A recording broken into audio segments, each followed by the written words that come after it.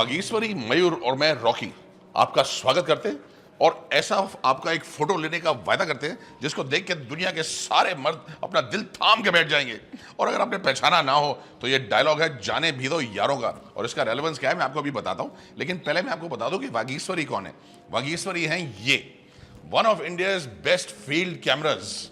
इसके बारे में आप कुछ जानते हैं? हाँ मालूम है, ध्यान से सुनिए। 1942 में ये दुनिया का one of the best field cameras बना था। एक व्यक्ति थे, उनका नाम था कुंजू कुंजू भागवतार। उनकी music making and repair shop होती थी। उनके पास कोई आया, उन्होंने बोला कि आप मेरा कैमरा ठीक कर दो क्योंकि इसमें लकड़ी यूज होती है। उन्होंने बोला नहीं मैं नहीं कर सकता, नो ओके। तो उनके बेटे जो थे करुणाकरन, उन्होंने बोला ओके मैं बना देता हूं ये आपके लिए कैमरा। तो उन्होंने ये पूरा कैमरा बनाया जो लेंस छोड़ के बनाया गया है उन व्यक्ति से जिन्होंने कभी लाइफ में कैमरा नहीं बनाया था। सोचिए। जी हाँ, और ये बिका था मात्र 250 रुपए में 1942 में। ऐसी इंटरेस्टिंग स्टोरीज आपको यहाँ बहुत मिल जाएंगी क्योंकि जो आदित्य आर्य जी हैं 1977 में उन्होंने अपना सारा वक्त ऑलमोस्ट सेंट स्टीफेंस कॉलेज के डार्क रूम में बिताया, जहां पर वो फोटोग्राफी का इतना शौक रखते थे कि थोड़े दीवाने से हो गए थे। मतलब आपको पता होना चाहिए कि अगर डार्क रूम का मतलब ये नहीं कि उस वाले कमरे में बैठे थे जहां पे बिजली नहीं थी।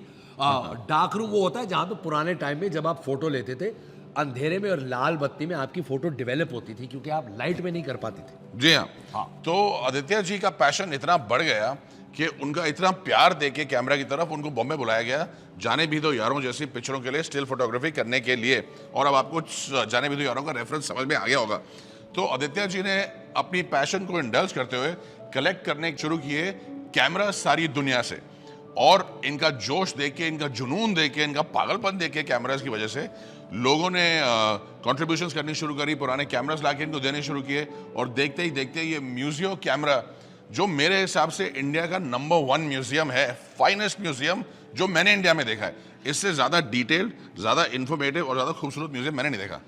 Same to same. और ये इससे जो है सबसे अच्छी लर्निंग ये मिलती है कि अगर आपके पास किसी चीज के लिए जुनून है, पैशन है, और अगर आप मतलब उसमें लगे रहो तो आप ऐसी सुंदर चीजें बना सकते हो। और फिर आपकी जर्नी में आप जैसे लोग और जुड़ जाएंगे आपसे इंस्पायर होके। मेरा को यार फूड के लिए पैशन है, मैं कैसे फूड का म्यूजियम बनाऊं? मैं हूं ना, आइडिया अच्छा है, फूड म्यूजियम। लेकिन देखिए वर्सेटिलिटी बहुत जरूरी है, और ये है कैमरा से बना हुआ पहला दुनिया का शानदार शैंडलियर। वाह, वैसे कैमरे से याद आया, अच्छा शॉट लेने के लिए, अच्छी फोटोग्राफी के लिए क्या क्या जरूरी होता है बताइए। सबसे पहले जरूरत आपकी ऑफ कोर्स गुड कैमरा और चलाने वाला उसको, मतलब good photographer. Correct. And second model, beautiful model, good model. हाँ। और तीसरा इंस्पिरेशन और आर्टिस्ट्री और एबिलिटी। हाँ। और लाइट और द एब्सेंस ऑफ। हाँ, लाइट बहुत अच्छी है, बहुत जरूरी है। इससे मुझे याद आया, हाँ, फोटोग्राफी सेशन ही करते हैं जल्दी से। हाँ, गुड आइडिया। मैं मॉडल बहुत खूबसूरत, मेरे पास बहुत ही खूबसूरत मॉडल है। आइए मैं आपको दिखाता हूँ। आइए आप भी आइए। वागीश्वरी से भी ज्यादा सुंदर मैं हूं ना। That's it. Work with me. Oh, beautiful. Look at those lines. Lovely. Pose. Lovely. अच्छा, turn this way. Oh, sorry, driver तो मैं हूँ। कैसे टर्न करोगे? ऐसे भी ठीक है, हर एंगल से ठीक है। Oh, lovely, beautiful. How nice is looking. भाई साहब आप यहाँ बैठ के क्या कर रहे हैं?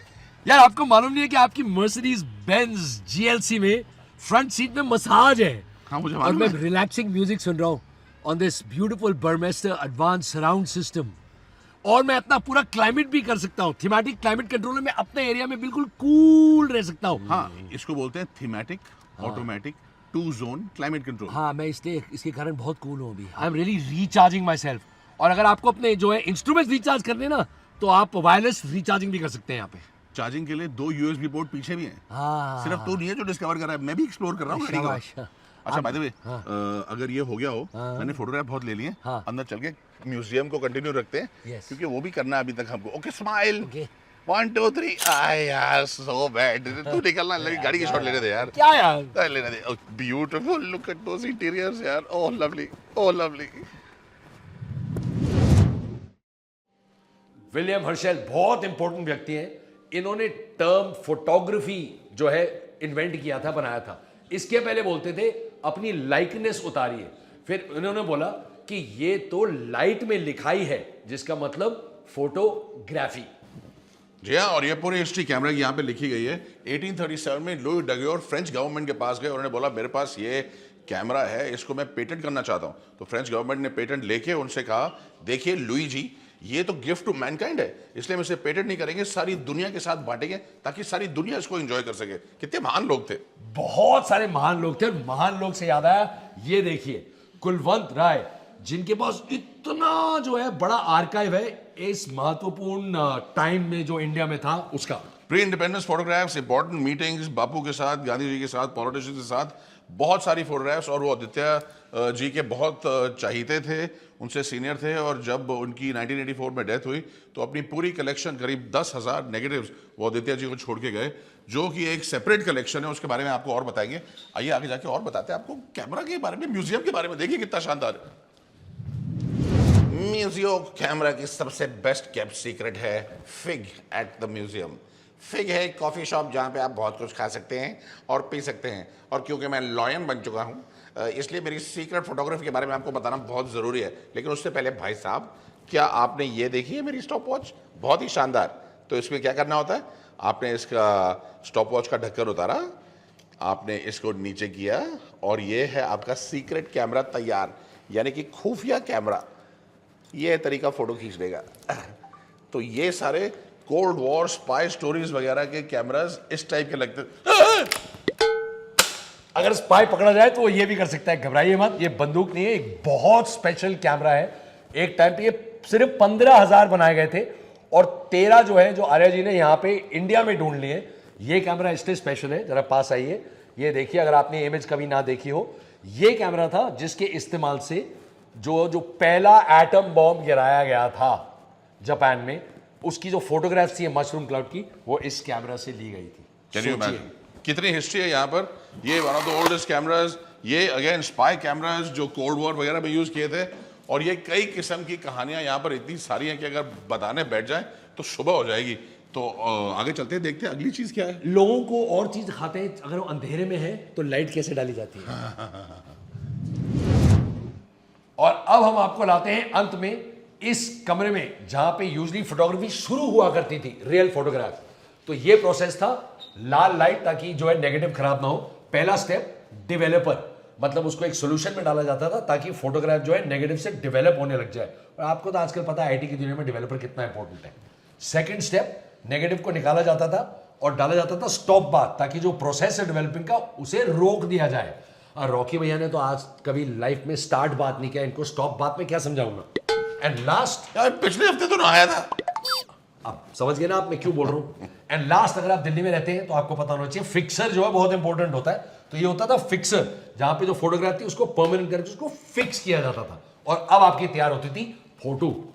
देखिए आदित्य आर्या जी ने बहुत ही प्यार से म्यूजियम बनाया है, और इतना वर्ल्ड क्लास बनाया है, और जो भी इंफॉर्मेशन आप यहाँ पे चाहेंगे या देखेंगे, उसकी इतनी इन्फिनिट लंबी लाइन है कि आप एक ही सब्जेक्ट पे 1 महीना या 1 साल बिता सकते हैं और फिर भी वो खत्म नहीं होगा। तो जब आप दिल्ली आएँ, म्यूजियम कैमरा में ज़रूर आएँ। गुड़गांव में ये म्यूजियम है, बहुत ही सुंदर जगह है। ऑनलाइन आपको सारे डिटेल्स मिल जाएंगे, ओपनिंग टाइम, क्लोजिंग टाइम, कितने पैसे लगते हैं, सब आपको पता चल जाएगा। पर आइएगा ज़रूर। और सबसे इंपॉर्टेंट चीज इसके बाद मैं ये बोलना चाहूंगा कि इसीलिए आप हमारे साथ #RoadTripRNM एंड हिस्ट्री TV 18 के सीजन 7 पे बने रहिए, क्योंकि आपको ऐसी ऐसी चीजें जरूर हम दिखाते रहेंगे, खूब सारे खाने के साथ साथ ऑफ कोर्स। हाँ, क्योंकि खाना खाने के साथ साथ ज्ञान पाने की भी जरूरत होवे। करेक्ट। और हम कितने ज्ञानी हैं।